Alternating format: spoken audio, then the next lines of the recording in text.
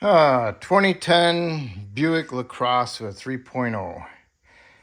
It cranks kind of slow, but the battery tested good, and the alternator tested good, and the starter tested good, but it cranks slow. So I'm going to replace the starter. So first thing you need to do is remove the battery cover and disconnect your negative battery cable, which is a 10 millimeter.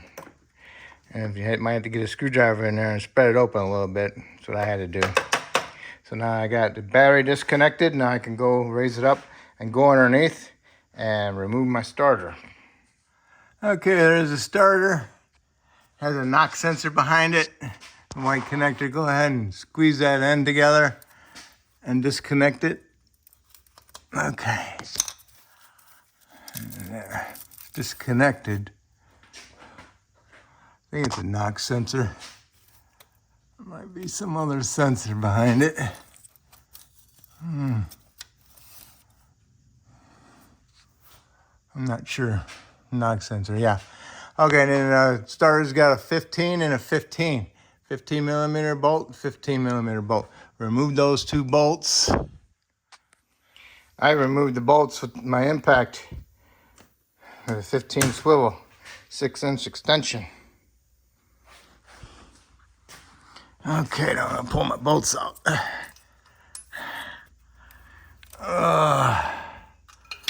Okay, here's my bolts. Now I'll see if I can get the starter out of there.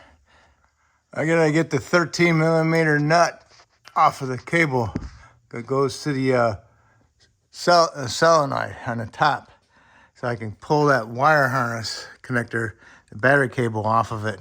And then I can pull the starter out a little bit more so I can get access to the starter solenoid to push the little tab in on the gray connector. Got way up in there and unplugged that starter solenoid. I pushed it on the gray part of the connector and unplugged it. Gave me a little bit more room to get in there with my 1/4-inch electric ratchet with my 13 deep. Okay, got the nut off, got the cable off, shoved the cable over here past this converter, got the whole starter assembly right here, and it's coming out. Just gotta be careful. You're gonna need 2 hands to fish it out of there. All right, match the starter up to the old one, and put a little bit of ANSIs on my threads, switched over my little heat shield, and this is an A premium starter, Amazon. That's my number for it. I've used A premium on a couple things.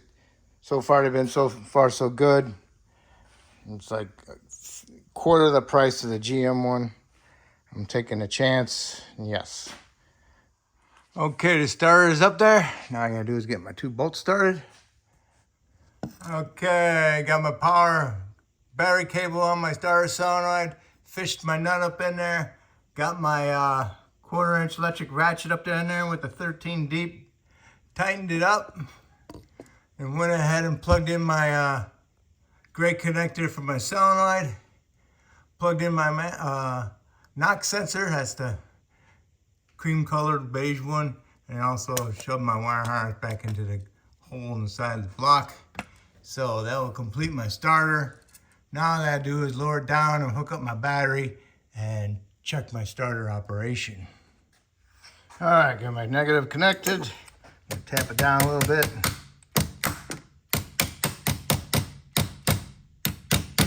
Because I opened it up a little bit beforehand. Okay. Now you can go ahead and put your cover back on. I'm going to do something else. I'm leaving mine off.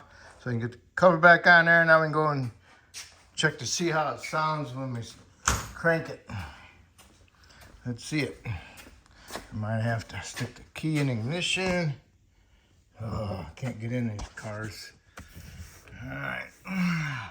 Hold on.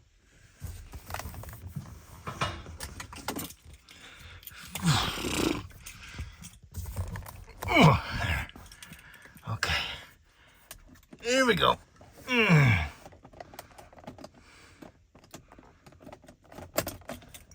Okay, here goes. Listen.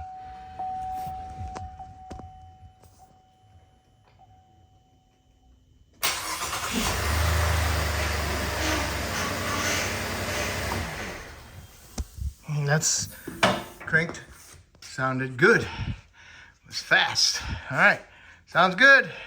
So that's how you replace the starter. Hopefully I helped you out with this video, and hopefully you can help me out by subscribing to me.